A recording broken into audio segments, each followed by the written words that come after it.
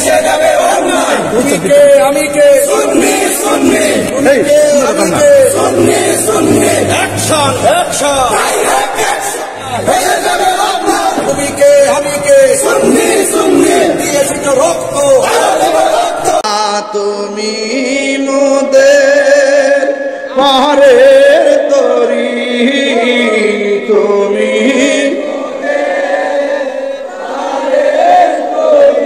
আমার গাড়িতে মাদ্রাসার ছাত্ররা জামে ইউনুসের বরাবর যে রাস্তাটা, এই রাস্তাটার ভিতর থেকে দৌড়ায় বেরিয়ে এসে সেই জায়গাতে আমাকে আমাদের গাড়ি ভাঙচুর করে সেই গাড়িতে আমিও ছিলাম।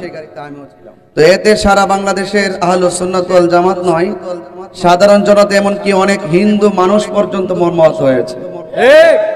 অনেকে যারা বলেন যে মাঠে আমি কেন নামি, এরা মাজার ভাঙা শুরু করেছে, আমি মাঠে প্রতিবাদ করেছি, সুন্নি জনতা প্রতিবাদ করেছে, ঠিক কিনা? জশ্নে জুলুস মিলাদুন্নবী জুলুস সারা জীবন করে আসছি। ওই কসবা এবং বিজয়নগরে রাজপথকে রক্তে লাল করেছে তারা লাঠিয়াল বাহিনীরা, তখন আমরা প্রতিবাদ করেছি। যদি তারা আমাদেরকে রক্তাক্ত না করতো আমরা কি মাঠে নামতাম? গতকাল আমি গিয়েছি শান্তিপ্রিয় ভাবে ব্রাহ্মণবাড়িয়া আমাদের শহর, আমরা স্বাধীনভাবে সেই শহরে আমি ব্যক্তিগত কাজে গিয়েছি। তারা যদি গতকাল আমার গাড়ি না ভাঙতো, এই গাড়িতে যদি আক্রমণ না করতো, আজকে কি এই রৌদ্রের মাঝে আমরা এখানে দাঁড়াইতাম? আমরা বারবার প্রমাণ করেছি প্রশাসনকে যে আমরা কখনো কাহারও গায়ের উপরে পরে ঝগড়া করি না, এবং আমরা এই গায়ের উপরে ঝগড়া করার অভ্যাস আমাদের নাই। আমি প্রশাসনকে বলবো, প্রশাসন কর্তৃক যদি আমাকে সুন্দর একটি ফায়সালা যদি না দেয় এবং আসামিকে যদি গ্রেফতার না করে, তাহলে ইনশাল্লাহ আমাদের বরাবরের কর্মসূচি এবং এই আগামীকাল আমাদের ঢাকা থেকে সিলেট যে হাইওয়ে রোড আছে সেটা ইনশাল্লাহ চান্দুরা ডাক বাংলার সামনে বন্ধ হয়ে যাবে। ঠিক ওই মুহূর্তে ব্রাহ্মণবাড়িয়ার উগ্রবাদীরা আমাদের সেই প্রোগ্রামটিকে হুমকির মাধ্যমে, থ্রেটের মাধ্যমে ওই প্রোগ্রামটিকে বানচাল করে তারা সেই রামগিরির পক্ষে অবস্থান নিয়েছে। কথা বলেন ঠিক কিনা?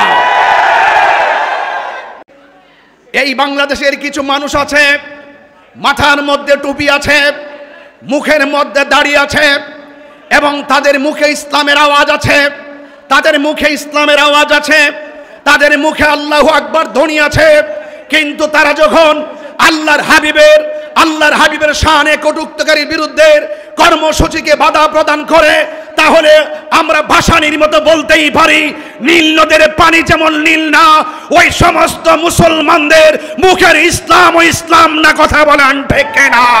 যেমন হাসিনা ওই যে তার বাপের হত্যাকারীকে নিজের হাতে জেলখানায় দিয়ে হত্যা করছে, ঠিক কিনা বলেন?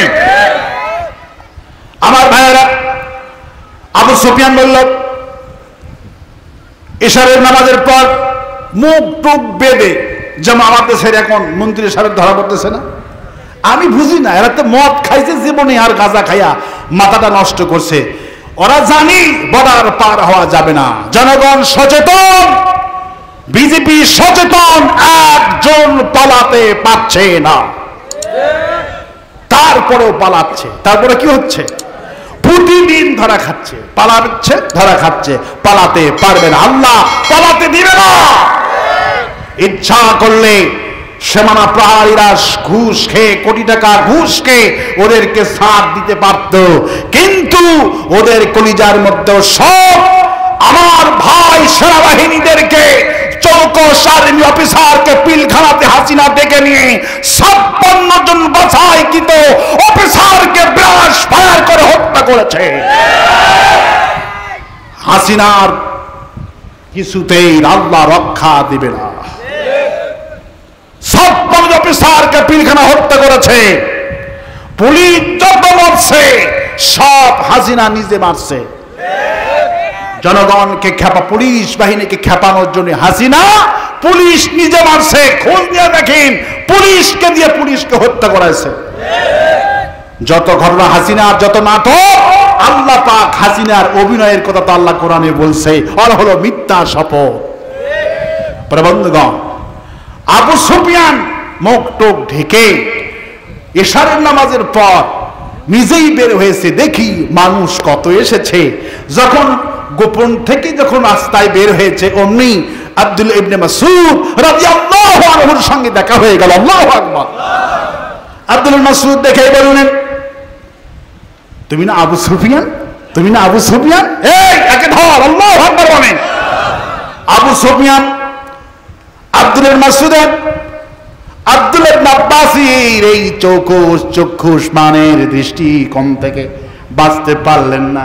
উনি অবাক হয়ে বললেন, আব্দুল্লাহ ইবনে আব্বাস, তোমার কি চোখ, রাতের বেলাও আমারে চিনতে পারছো? আব্দুল্লাহ ইবনে আব্বাস বলেন, তুমি তো রাতের বেলায় গেছো, আর আমি আমার জিবরাইল আমিনকে নিজের চোখে দেখেছি। এই সেই চোখ, সুবহানাল্লাহ, এই সেই চোখ যেই চোখ দিয়ে জিবরাইল আমিনকে আল্লাহ আমাকে দেখাইছে। আল্লাহু আকবার বলে। আব্বাসের ছেলে আব্দুল্লাহ ইবনে আব্বাস, রাসূলুল্লাহর আপন চাচার নাম হলো আব্বাস। কি নাম? আব্বাসের ছেলের নাম হলো আব্দুল্লাহ ইবনে আব্বাস। আব্দুল্লাহ কি নাম? আব্দুল্লাহ ইবনে আব্বাস। আব্বাসের ছেলের নাম কি? আব্দুল্লাহ। আল্লাহু আকবার বলে। এই জন্য বলা হয় আব্দুল্লাহ ইবনে আব্বাস, রাসূলের আপন চাচা আব্বাস। আব্দুল্লাহ ইবনে বলছেন যে আমি আমার চোখ ফাঁকি দিবি, এই চোখ দিয়ে আমি জিবরাইল আমিনকে দেখেছি। আল্লাহু আকবার বলে। রাসূলুল্লাহ বসে আছেন, জিবরাইল ওহী নিয়ে আসছেন। ওহী নিয়ে আসছেন, হুজুর ওহী থাকা অবস্থায় তো কারো সালামের জবাবও দিতে পারেন না, কারো প্রশ্নের জবাবও দিতে পারেন না। জিবরাইলের সাথেই কথা থাকতে হয়, ওহী নিতে হয়। হঠাৎ করে জিবরাইল ওহী নিয়ে আসছেন, রাসূলুল্লাহর সামনে বসে আছে। আব্বাসের সঙ্গে এই ছোট্ট আব্দুল্লাহ আসতেছে, বাড়ির মধ্যে ঢুকে বলছে, মুহাম্মদ, মুহাম্মদ সাল্লাল্লাহু আলাইহি ওয়াসাল্লাম, বাবা তুমি কোথায়, তুমি কোথায়? এইভাবে চিল্লাচ্ছে, ভাজিটাকে ডাকতেছে আব্বাস। আর ছোট্ট ছেলে, মাত্র 12 বছর বয়স, এই আব্দুল্লাহ বলতেছে, আব্বা, এই শাহাদাত আঙ্গুল তার মুখে দিয়ে বলছে, আব্বা চুপ থাকেন, আপনি দেখতে পাচ্ছেন না, আপনি দেখতে পাচ্ছেন না ওখানে আমার ভাইয়ের সামনে কে বসে আছে, দেখতে পাচ্ছেন না, চুপ থাকেন। আধা ঘন্টা পর হুজুর বলছেন, চাচা আপনি কোথায়? আব্বাস রাদিয়াল্লাহু বলছেন, বাবা তুমি কোথায়? আব্বাস রাসূল মনে মনে ভাবলেন, আমার চাচা মনে হয় জিবরাইল আমিনকে দেখেছে। কিন্তু আল্লাহ পাক ছেলে আর বাপ দুইজন রাসূলকে দেখতে পারলেন না। আল্লাহর হাবিব বললেন, আব্দুল্লাহ বললেন, ভাইয়া আমার আব্বা তোমাকেও দেখেনি, জিবরাইলকেও দেখেনি, আমি ছোট্ট মানুষ তোমাকেও দেখেছি, জিবরাইলকেও দেখেছি। রাসূল সাল্লাল্লাহু আলাইহি ছোট্ট ভাই, আপন চাচাতো ভাই আব্দুল্লাহকে বুকের সাথে নিয়ে বলছে, আল্লাহুম্মা আল্লিমহুল কিতাব, হে আল্লাহ আমার পরই সবচেয়ে কোরআনের বড় মুফাসসির তুমি তারে বানায়া দিও। ওই যে বিশ্বনবী দোয়া করলেন, আর বিশ্বনবীর দোয়ার বদলতে সবচেয়ে বড় কোরআনের মুফাসসির হলো এই আব্দুল্লাহ ইবনে আব্বাস রাদিয়াল্লাহু আনহু। রাইসুল মুফাসসিরিন, রাসূলুল্লাহ পরে সবচেয়ে বড় মুফাসসির। জানেন শক্তি ধরে বাড়িতে থাকতে দেয়নি, মক্কায় থাকতে পারলেন, গেলেন তাইফে। তাইফে আমি যখন গেলাম, তাইফে গিয়ে দেখি আব্দুল্লাহ ইবনে আব্বাস রাদিয়াল্লাহুর মসজিদ, বিশাল মসজিদ। তাইফে তিনি হিজরত করে আসছেন, মক্কায় থাকতে পারেননি। রাসূলুল্লাহ দল করার কারণে যারাই দল করেছে, বাড়ি ছাড়তে হয়েছে, ঘর ছাড়তে হয়েছে, নিজের জন্মভূমি ছাড়তে হয়েছে। আব্বাস সেই 70 কিলোমিটার দূর মক্কা থেকে তায়েফ, সেখানে আব্বাসের কবর হয়েছে। আল্লাহু আকবার বলে। আমার বন্ধুগণ, আব্বাস বলছেন, আব্বাস আব্দুল্লাহ ইবনে আব্বাস বলছেন, খবরদার আমার চোখ ফাঁকি দিতে পারবি না। আল্লাহু আকবার বলে তারে ধরলেন, ধরে কি করছেন জানেন? খুব জ্ঞানী মানুষ যেহেতু ছিলেন, তিনি চিন্তা করলেন, যদি এখন আমি প্রকাশ্যে নিয়া আমি যদি ঘুরি, মানুষের যে মেজাজ খারাপ, জেঙ্কা টাক্কা, এই ওবাইদুল কাদেরের প্রতি মানুষের মেজাজ খারাপ কিনা, খারাপ কিনা, ডিবি হারুনের প্রতি খারাপ কিনা? এই কালো মানিক কোর্টে তুলছে, কোথায়? সিলেটে। কোথায়? সিলেটে তুলছে। আল্লামা সাইদি সাহেবকে ফাঁসির রায় দেওয়ার কারণে এই কালো মানিক বিচারপতি, তাকে জনগণ কোর্টে পুলিশের সামনে লাথায়া বিসি ফাটাই দিছে। ঠিক কিনা বলি? কয়টা সেলাই লাগছে? 5টা। কয়টা সেলাই লাগছে? 5টা সেলাই লাগছে। মানুষের রাগ আছে, কারণ মানুষে জানতে, ওরা জানে যদি পুলিশের কাছে দেয় ভালো, কিন্তু পুলিশ ছাড়া ধরা পড়লে একবারে উত্তম মেহমানদারি করবে।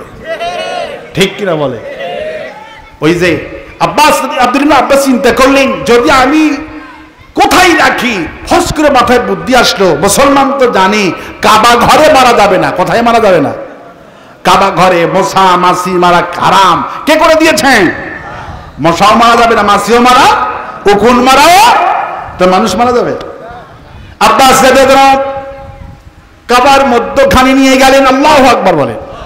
আব্বাস রাদিয়াল্লাহু আব্দুল্লাহ আব্বাস তারে নিয়ে আবু সুফিয়ানকে নিয়ে কাবার মধ্যখানে বসায় দিলেন প্রধানমন্ত্রী। আল্লাহু আকবার বলেন। সেই তৎকালীন যুগে প্রধানমন্ত্রী আজ কাবার মধ্যখানে। রাসূলের কানে খবর গেছে, হুজুর আসামি ধরা পড়ছে। কে? কয় আবু সুফিয়ান। আল্লাহু আকবার বলেন। আবু সুফিয়ানের কাছে রাসূলুল্লাহ চলে আসলেন। দেখে রাসূলুল্লাহকে দেখে আবু সুফিয়ান চোখ থেকে দরদর করে পানি পড়ে। হুজুর চোখের পানি মুছে দিলেন। পৃথিবীর ইতিহাসে এমন কোন নেতা নাই রে, যেই নেতা তার বিরোধী দলের নেতাদেরকে, এত বড় মানবতা বিরোধী আসামিকে চোখের পানি মুছে দেয়, ইতিহাস নাই। রাসূলুল্লাহ চোখের পানি মুছে দিয়ে বলেন, চাচাজি আমার দিকে তাকান, আপনি কাঁদেন কেন? আবু সুফিয়ান বলে, বাবা ভাতিজা আমার এখন ভয় হতেছে। চাচা কিসের ভয়? কয়ে বাবা আমি যখন ক্ষমতায় ছিলাম, আমি যখন প্রধানমন্ত্রী ছিলাম, তোমার সাথে আমি কত মানবতা বিরোধী অপরাধ করেছি। তুমি নামাজে দাঁড়ায় আছো, তোমার ছোট্ট মেয়ে ফাতেমার এটারে নিয়ে, তোমার ছোট্ট মেয়ে ফাতেমা পাশে দাঁড়ানো ছিল। আমি উটের নারী ভুঁড়িগুলি তোমার মাথার উপরে দিয়েছি। ছোট্ট ফাতেমা বাবার দুর্গন্ধময় ভুঁড়ি সহ্য করতে পারে নাই। 8 বছরের ফাতেমা রাদিয়াল্লাহু আনহা সহ্য করতে না পেরে নারী ভুঁড়িগুলি টান দেওয়ার অপরাধে ফাতেমাকে আমি এমন জোরে থাপ্পড় মেরেছিলাম। জান্নাতি ঠিকানা ইসলামিক চ্যানেল, বেলকুচি, সিরাজগঞ্জ। আপনার প্রিয় বক্তার মহাগ্রন্থ আল কুরআনের আলোচনা শুনুন।